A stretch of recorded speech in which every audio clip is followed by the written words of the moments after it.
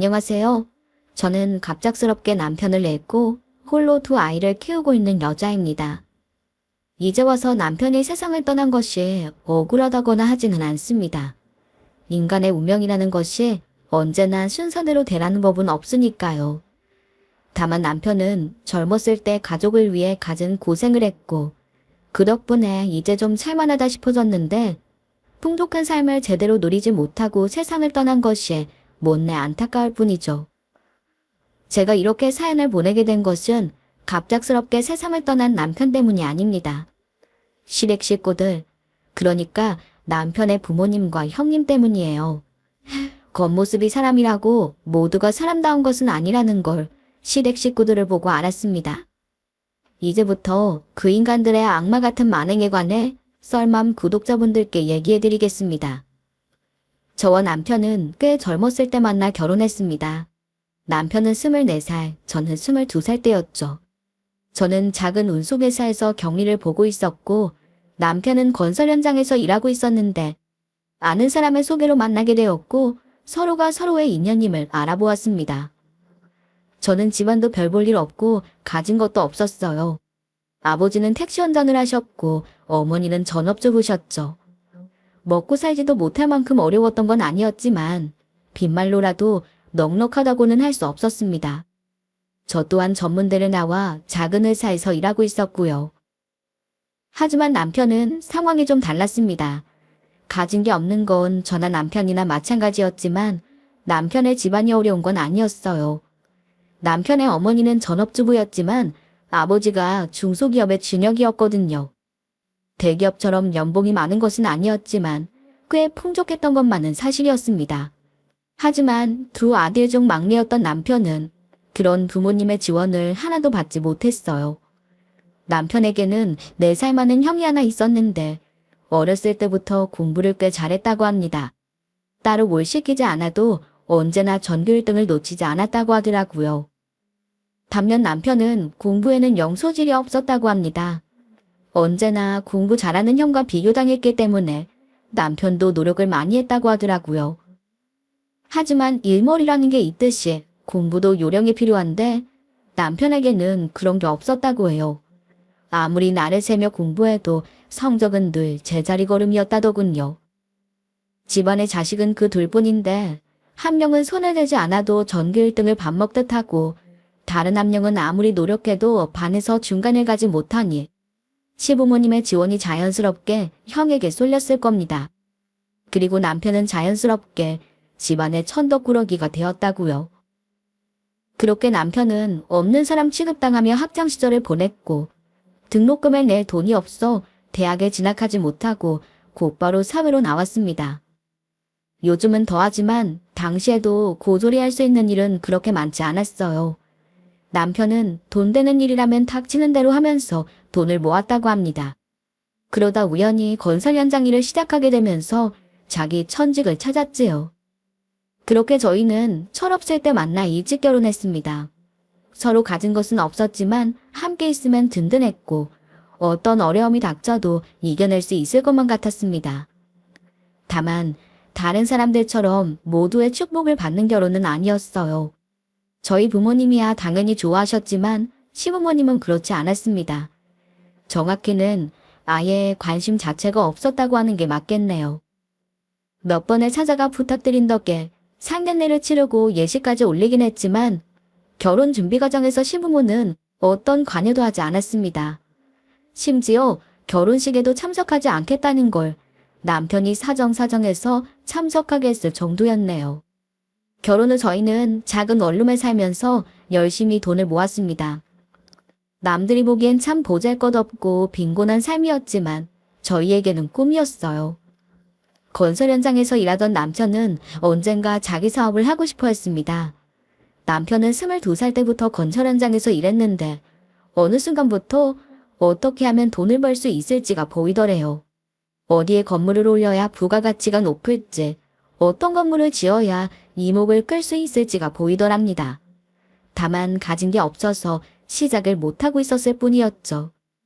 저는 그런 남편을 믿었습니다. 남편은 자기 자신에게 정말 충실하고 솔직한 사람이었어요. 말 한마디도 허투루 하는 법이 없었는데 그런 사람이 가진 꿈이 얼마나 단단할지 굳이 확인할 필요도 없었지요. 저와 남편은 그렇게 꿈을 향해 하루하루 열심히 살아갔고 30살이 되던 해에 드디어 작은 건설회사를 차리게 되었네요. 어렵사리 회사를 차리긴 했지만 실제 운영은 완전히 다른 이야기였습니다. 아무 배경도 없고 규모도 워낙 작아서 남편이 대표를 하고 제가 격리를 맡는데 정말 우여곡절이 너무나 많았어요. 그래도 회사를 세우고 곧바로는 일감이 좀 있었습니다. 남편이 현장에서 만들어둔 인맥 덕분이었죠. 하지만 인맥을 활용한 일감은 금세 바닥을 드러내더군요. 돌이켜보면 정말 두 번은 못할 짓이었어요.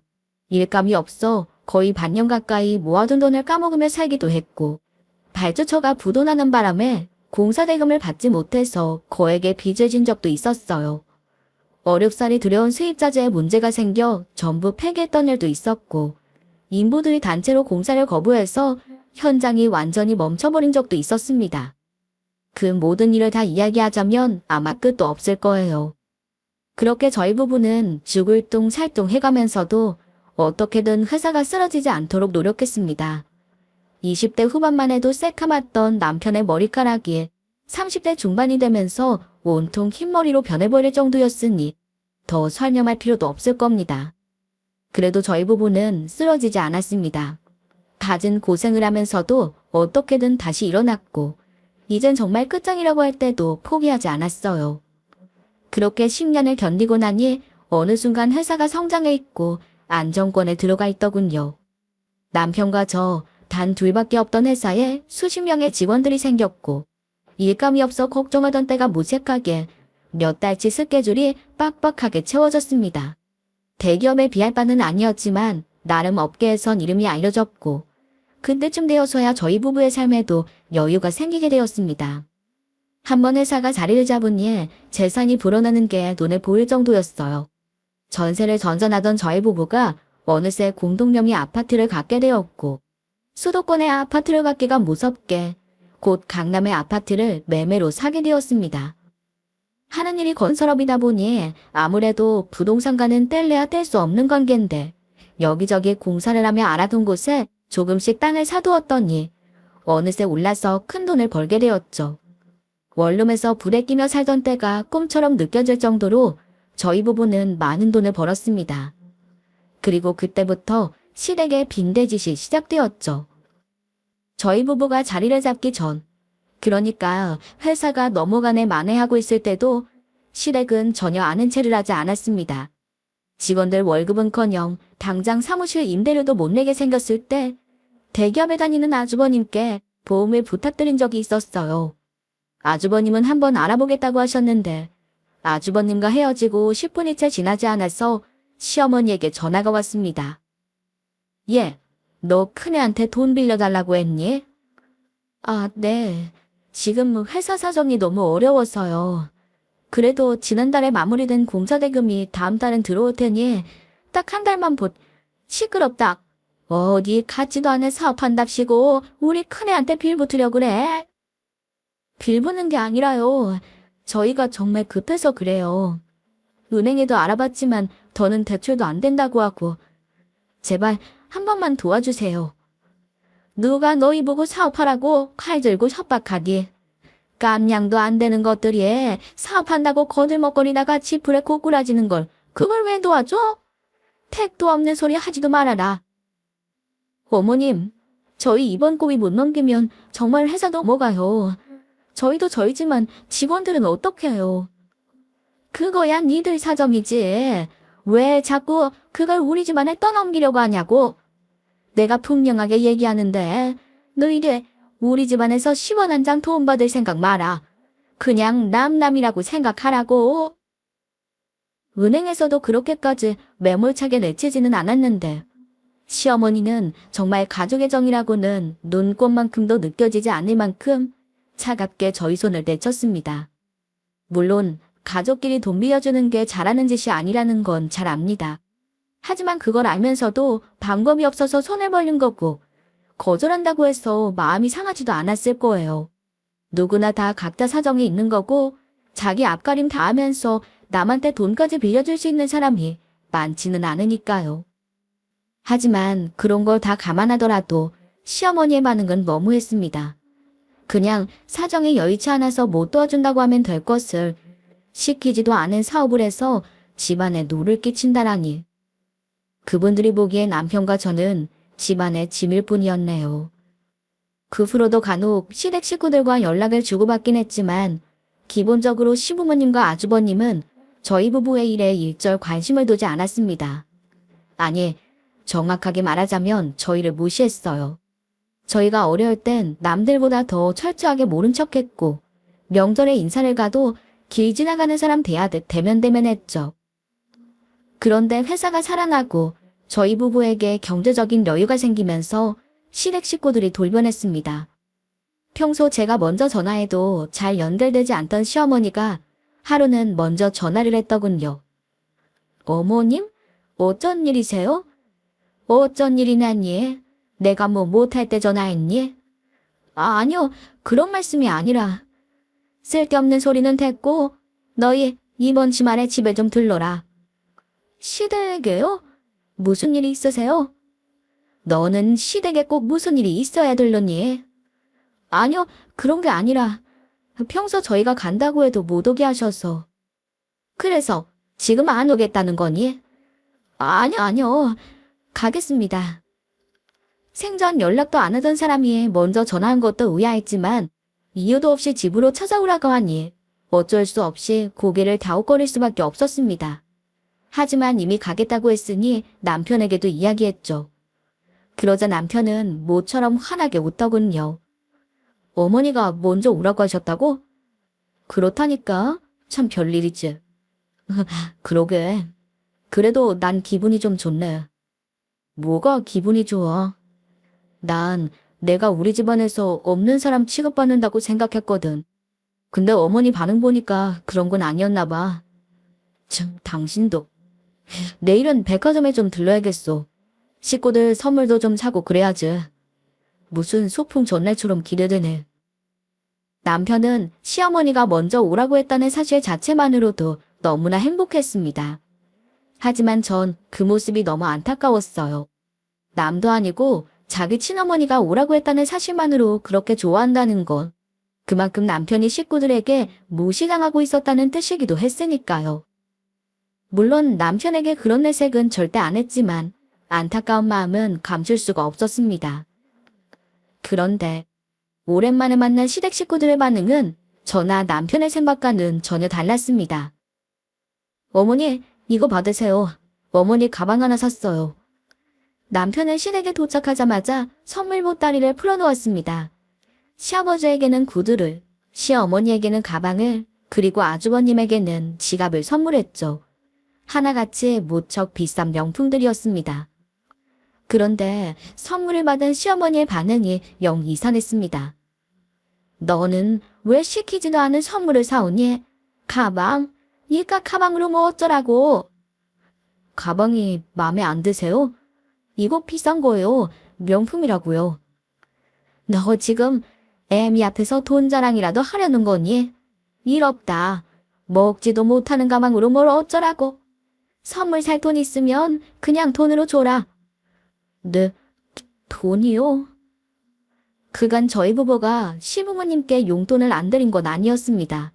한참 어려울 때에도 시부모님 용돈은 빼먹지 않고 보내드렸고 회사가 안정된 후에는 전보다 훨씬 많이 보내드렸어요. 하지만 시부모님은 단 한 번도 고맙다거나 하는 말이 없었습니다. 정말 힘들었을 때 용돈이 좀 늦어지니 왜 돈 안 보내냐고 따진 적은 있었지만요. 그런데 그 용돈 다 받아놓고 이제 와서 또 돈 타령이라니. 남편은 그저 예상하지 못한 시어머니의 반응에 당황한 것 같았지만 저는 맥이 탁 풀리고 말았습니다. 그리고 그것의 시작으로 시부모님과 아주버니의 돈 타령이 시작되었죠. 시아버지는 은퇴 후 할 일이 없다며 골프라도 치게 회원권 끊을 돈을 요구하셨고 시어머니는 사는 집이 너무 낡았다며 리모델링할 돈을 요구하셨습니다. 심지어 아주버님은 회사 생활에 비전이 안 보인다며 남편처럼 사업을 하고 싶다고 사업 자금을 요구하시더군요. 시댁 식구들은 우리가 무슨 돼지 저금통처럼 보이는 모양이었어요. 입을 벌릴 때마다 돈돈하는 식구들 때문에 남편의 안색은 점점 어두워졌지만 그 사람들은 전혀 신경 쓰지 않았습니다. 너 표정이 왜 그러냐? 설마 우리한테 돈 주는 게 아까워서 그러냐? 아니에요, 어머니. 제가 왜 그 돈을 아까워하겠어요. 좀 갑작스러워서 그래요. 돈 필요한 일이 뭐 예고하고 찾아온다니? 돈이야 언제든 갑자기 필요한 거지. 그렇기는 한데 생각할 시간을 좀 주세요. 뭐 생각할 시간? 너 지금 가족들 돈 주기 아까워서 시간 끄는 거야? 됐다. 더러워서 원. 니날 이때껏 고생고생해서 자식 키워놨더니 그깟 돈 몇 푼 주기 싫다고 이러는 게냐? 아니요, 그런 게 아니라. 아니긴 뭐가 아니야. 너 그러는 거 아니다. 지지고 볶고 별일 다 있어도 철연은 못 끊는 거야. 너는 뭐 세상에 혼자 나왔니? 너 지금 이만큼 하고 사는 게 다 부모덕이라는 걸 왜 몰라? 시댁은 지금까지 남편을 없는 사람 취급해왔지만 남편까지 가족을 무시했던 건 아니었습니다. 오히려 저는 남편에게 식구들은 죄다 당신 무시하는데 뭐하러 그렇게까지 하냐 라고 할 정도로 잘했어요. 뭐 하나라도 생기면 언제나 부모님, 형님부터 챙겼고 살림이 나아진 후에는 과하다 싶을 정도로 용돈을 많이 보냈으니까요. 그런데도 시어머니는 마치 그런 일이 전혀 없었던 것처럼 남편을 몰아세웠습니다. 다짜고짜 화부터 내는 시어머니 앞에서 어쩔 줄 모르고 쩔쩔매는 남편을 보니 저도 모르게 화가 머리 끝까지 나더라고요. 그래서 그러지 말아야지 생각하면서도 욱하는 마음에 나서게 되었습니다. 어머님, 어떻게 이한테 그렇게 말씀하실 수가 있으세요?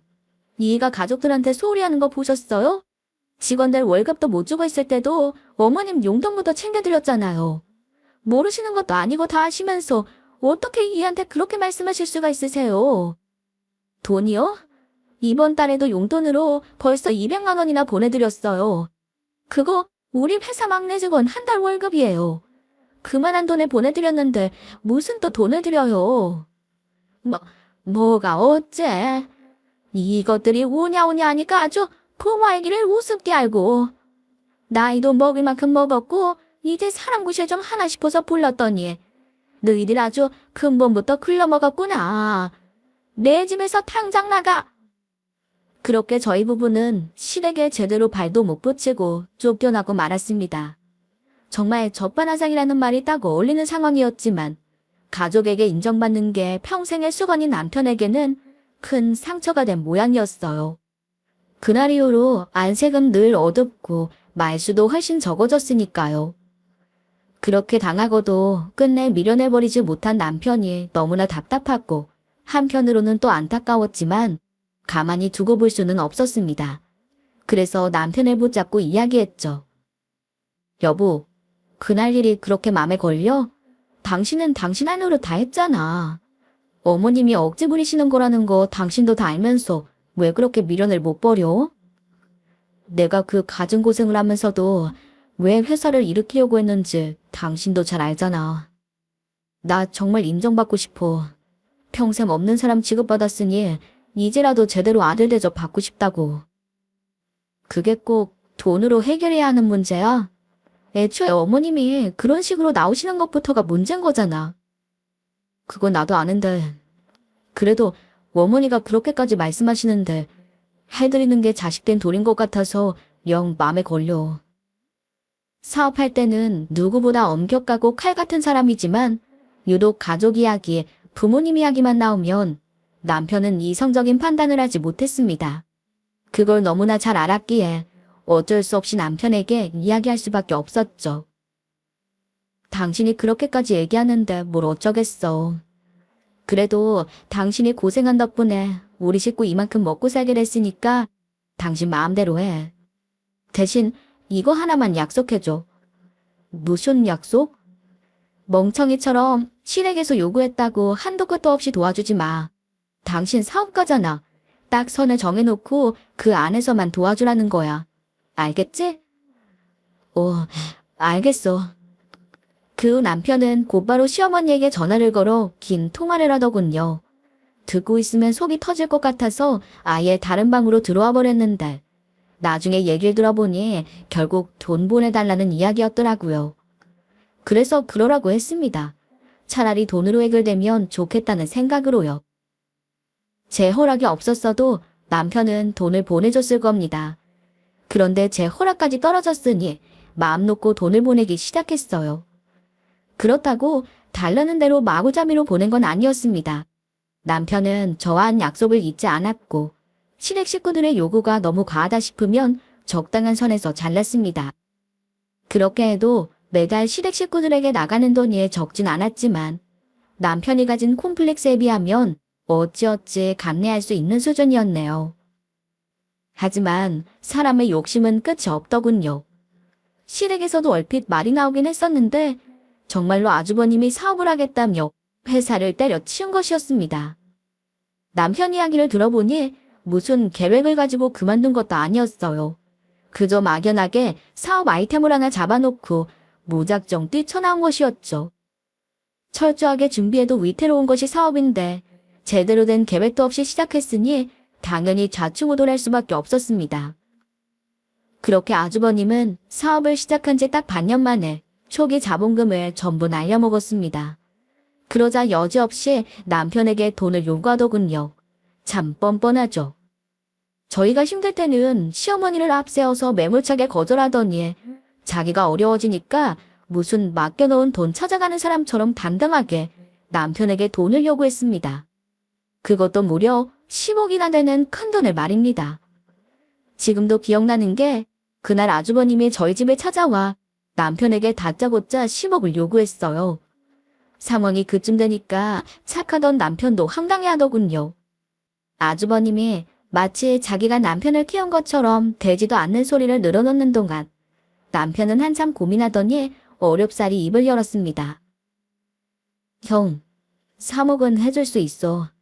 근데 형이 그 돈 받으면 난 가족이랑 연 끊을 거야. 그래도 받을 거야? 뭐, 연을 끊어? 이 새끼가 지금 무슨 소리라는 거야? 그게 왜 그렇게 되는데? 내가 그동안 어머니 아버지랑 형한테 돈을 얼마나 보냈는지 알아? 나 솔직히 할 만큼 했어. 근데 뭐 10억? 야, 너 돈 많잖아. 고작 3억 준다면서 이러는 거냐? 돈이 없지는 않지. 하지만 어렵게 번 돈 아무렇게나 쓸 생각 없어. 말해봐. 나랑 연 끊더라도 3억 받을 거야? 이 새끼가 지금 형 협박하는 거냐? 됐어 임마. 입금이나 해. 연을 끊겠다는데도 3억을 선택하는 아주버님을 보며 남편은 완전히 질려버린 모습이었습니다. 시댁 식구들에게 그던 남편은 돈 나오는 주머니였다는 걸 결국 깨달아버린 거죠. 그 후 남편은 정말로 시댁과 연을 끊었습니다. 먼저 전화하지도 않았지만 오는 전화도 모조리 끊어버렸어요. 나중엔 시어머니가 회사에까지 찾아왔지만 만나지 않았습니다. 그만큼 남편의 상처가 깊었다고 생각하면 제 마음까지 아파봤습니다. 물론 남편이 연을 끊었다고 시댁에서의 연락이 완전히 끊어진 것은 아니었어요. 그 후로도 계속 전화나 문자가 오고 또 가끔은 회사나 집으로 찾아오기도 했지만 저희 부부는 철저하게 시댁 식구들을 외면했습니다. 그렇게 1년쯤이 지나자 시댁 식구들도 포기하는 것 같더군요. 연락도 없고 찾아오지도 않았으니까요. 그렇게 5년이라는 시간이 흘렀습니다. 그 사이 회사는 더욱 커져서 이제는 120억짜리 건물을 사옥으로 쓸 만큼 성장했죠. 저는 회사를 그만두고 아이들 키우는데 전념했고 남편은 어엿한 건설회사 CEO가 되었습니다. 그런데 사람 인생이라는 게 참 이제 좀 살만해졌다 싶었는데 저희 가족에게 너무나 큰 불행이 찾아오고 말았습니다. 남편이 현장에 나갔다가 돌아오는 길에 그만 사고를 당하고 만 거죠. 무슨 정신으로 병원으로 갔는지 기억도 잘 안 납니다. 급하게 아주머니에게 아이들을 맡겨놓고 병원 응급실에 찾아갔는데 남편은 이미 숨을 거둔 상태였어요. 너무 당황스럽고 허망해서 눈물도 나오지 않았습니다. 이제야 좀 살만해졌는데 이젠 아이들도 많이 컸는데 행복한 시간은 하나도 누리지 못하고 허망하게 세상을 떠난 남편이 불쌍하고 안타까워 미칠 것 같았네요. 제가 넋을 놓고 있는 동안 뒷수습은 회사 직원들이 해주었습니다. 급하게 장례식장을 잡고 주변에 연락을 돌렸죠. 저는 뭐가 어떻게 되어가는지도 모른 채 멍하니 있다 정신을 차려보니 장례식장 앞이었습니다. 그런데 아직 빈소가 차려진 지 얼마 안 돼서 오는 사람도 없었는데 그곳엔 난데없이 불청객이 찾아왔습니다.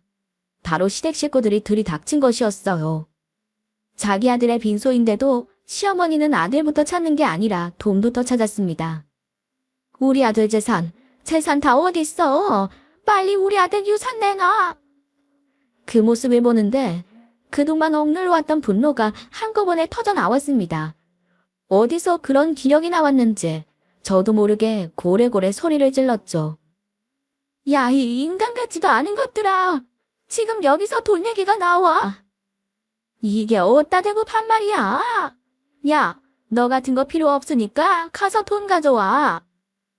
그게 당신 돈이야? 우리 남편이 피땀 흘려 번 돈이라고. 그러니까 가져오라는 거 아니야. 내 아들이야. 내가 키운 내 아들이라고. 내 아들이 번 돈이니까 당연히 내 돈이지. 저는 없는 기력을 쥐었다네 시댁 식구들을 밖으로 밀어내려고 했습니다. 하지만 시부의 아주버님까지 가세하자 도저히 제 힘만으로는 세 사람을 상대할 수가 없었어요. 그들은 마치 불도저처럼 저를 밀어제치고 더러운 구두발을 빈소에 들이밀었습니다. 다 필요 없고 건물만 내놔. 그 120억짜리 사옥만 내놓으면 순순히 갈 테니까 내놓으라고. 당신들 미쳤어. 그거 회사 건물이야. 그걸 당신한테 왜 줘? 이게 그래도. 저는 시모에게 머리채를 쥐어뜯기면서도 끝까지 그 사람들을 막았습니다. 원래도 약한 상복은 어느새 넝마 조각이 되었고 머리는 산발이 되었죠. 때마침 남편의 염을 준비하기 위해 왔던 장의사가 나타나지 않았더라면 몸도 섬지 못했을 겁니다. 저 상주님, 아무래도 직접 오셔서 한번 봐주셔야 할 것 같은데요. 장의사의 말에 저보다 시댁 식구들이 먼저 반응했습니다. 왜요? 시신에서 뭐 나왔어요? 피 싸 보이는 거예요? 정신나간 시모의 말에 장의사는 잠시 미간을 찌푸렸지만 이내 용건을 이야기했습니다. 그게 고인이 입었던 옷에 종이 같은 게 있는데 혹시 유서 같은 게 아닌가 했어요. 한번 직접 와서 봐주셔야 할 것 같습니다. 유서라는 말에 갑자기 시댁 식구들의 눈이 돌아가는 소리가 들리더군요. 그 사람들도 바보가 아니고서야 남편이 자기 재산을 시댁 식구들에게 주겠다는 내용으로 유서를 썼을 리가 없으니 먼저 가서 처리해버려야겠다고 생각한 것 같았습니다. 시모는 저를 그대로 내팽개치더니 장의사의 등을 떠밀며 앞장섰습니다. 죽을 날을 아는 것도 아니고 남편의 품에 있는 게 정말 유서할 리는 없겠지만 혹시나 하는 맘에 저도 황급히 그들을 따라 나섰죠. 그런데 그곳에서 정말 천인공로할 일을 목격하고 말았습니다. 아니 이보세요. 지금 무슨 짓을 하시는 겁니까? 고인 가족분들 아니에요. 가족이니까 이러지. 좀 비켜봐요.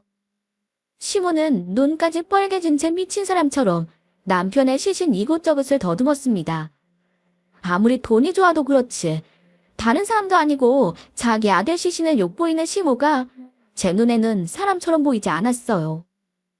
시모가 날뛰자 처음엔 꺼림직해하던 시모와 아주버님도 덩달아 시신을 더듬었습니다. 저는 어떻게든 그 사람들을 말리려고 했지만 역부족이었어요. 그런데 그때 지금 생각해도 너무나 어처구니 없는 일이 일어났습니다. 시모가 남편 시신의 왼쪽 바지 주머니를 뒤지고 있었는데 갑자기 남편의 손이 시모의 손목을 꽉 잡은 것이었죠. 시모는 어찌나 놀랐는지 비명도 지르지 못한 채 새파랗게 질려서는 바들바들 떨고 있더군요. 그 모습을 본 저나 다른 사람들도 놀라 얼어붙기는 마찬가지였습니다. 시신이 움직이다니 누구도 생각하지 못한 상황이었으니까요. 숨소리도 내지 못한 채 바싹 얼어붙었던 시모의 아랫도리가 점점 비린내 나는 무언가로 젖어가고 있을 때 아주버님이 움직였습니다. 놓으라고 이 새끼야. 안 놔. 아주버님은 시신의 팔을 잡아 뜯을 기세로 달려들었습니다. 그러자 시무의 손목을 잡은 손은 금세 풀어졌죠. 하지만 그 과정에서 시신을 덮은 천이 움직이며 시신의 얼굴이 드러났습니다. 남편의 눈은 부릅 떠져 있었고 그 시선은 시모와 아주버님에게 향해 있었어요. 그때 황당하다는 표정으로 지켜보던 장의사가 저주하듯 시댁 식구들을 향해 말했습니다. 당신들 죗값 제대로 받겠군. 그러자 미친 사람처럼 시신을 더듬던 시댁 식구들도 그제야 정신을 차리는 것 같았습니다. 아니, 오히려 정신을 차린 게 아니라 더 미쳤다고 하는 게 맞겠네요. 겁먹은 세 사람이 떠나가라 비명을 지르며 장례식장에서 도망쳤으니까요. 놀란 건 저도 마찬가지였습니다. 남편의 죽음을 받아들이기도 전에 너무나 많은 일이 일어난 탓에 뭐가 어떻게 되어가는 건지 알 수가 없었어요. 그런데 장의사가 사정을 설명해 주더군요. 사후 경직이라고 죽은 지 얼마 안 되는 시신의 몸이 갑자기 굳는 시기가 있습니다. 장의사가 아니면 보통은 볼 일이 없는데 좀 무섭긴 하죠. 저도 처음 봤을 때 얼마나 놀랐는지 며칠 동안 밥도 못 먹고 잠도 못 잤습니다. 아마 저 사람들 자기들이 지은 죄도 있으니 당분간은 매일 꿈에서 같은 일을 겪을 겁니다. 이 천벌받을 사람들 같으니라고. 장의사 말로는 시신에서 발생하는 자연스러운 일이라고 하더군요. 설마 했는데 남편이 살아난 것은 아니었던 겁니다. 어쨌든 시댁 식구들의 장례식장에서 도망친 후 저는 직원들의 도움으로 무사히 장례식을 치렀습니다. 그날 이후로 그 인간들이 다시 제게 연락하거나 찾아오는 일은 없었어요. 저는 남편이 세상을 떠났다는 사실을 아이들이 받아들일 수 있게 하는데 모든 노력을 기울였어요. 정작 저도 남편의 죽음을 실감하지 못한 상황이었지만 그래도 시간은 흘렀고 저희 가족은 어떻게든 그날의 비극을 받아들일 수 있었습니다. 하지만 그 인간들은 아니었어요. 아는 사람을 통해 건너 들은 이야기로는 장례식 이후로 그 인간들 모두 극심한 불면증에 시달렸다고 합니다. 누구라도 그런 일을 겪으면 그랬을 테니까요. 하지만 그 인간들이 받은 벌은 그것만이 아니었습니다. 마치 장의사의 저주가 현실이 되기라도 한 것처럼 그들에게 불행이 찾아왔거든요. 시신에게 손목을 붙들린 시모는 그날 이후 정신을 놓고 반편이가 되었습니다. 치매는 아니라는데도 말도 못하고 언제나 입을 해 벌린 상태라서 늘 침을 질질 흘리고 다닌다고 하더라고요. 거기다 똥오줌도 제대로 못 가려서 그냥 갓난아기나 마찬가지가 되었습니다. 상황이 그렇게 되자 돌봐줄 사람이 시부밖에 없는데 이기적인 시부가 그럴 사람이 아니었죠. 그나마 있던 집이랑 재산을 죄다 팔아먹고 시모를 버리고 해외로 도망쳤다고 하더군요. 시모는 졸지에 남편에게 버림받았지만 남은 아주버님도 시모를 그냥 요양원에 집어넣어버린 모양이었습니다. 그래놓고는 사업한답시고 흥청망청 돈을 쓰다 꽃뱀한테 제대로 몰려서 간이고 쓸개고 다 빼앗겼다는 것 같았네요. 마지막에 들은 소식으로는 회사가 부도나고 사채업자에게 쫓겨나 담덕했다는데 죽었는지 살았는지 알 길은 없었습니다. 사필 기정이라는 게 괜히 있는 말은 아닐 겁니다. 인간으로 태어났다고 다 같은 인간이 아니에요. 인간이 인간 취급을 받으려면 인간다운 모습을 갖춰야죠. 하지만 그들은 짐승보다 더 짐승 같았고 그 결과로 제대로 죗값을 받게 되었네요. 지금까지 긴 이야기 들어주셔서 감사합니다.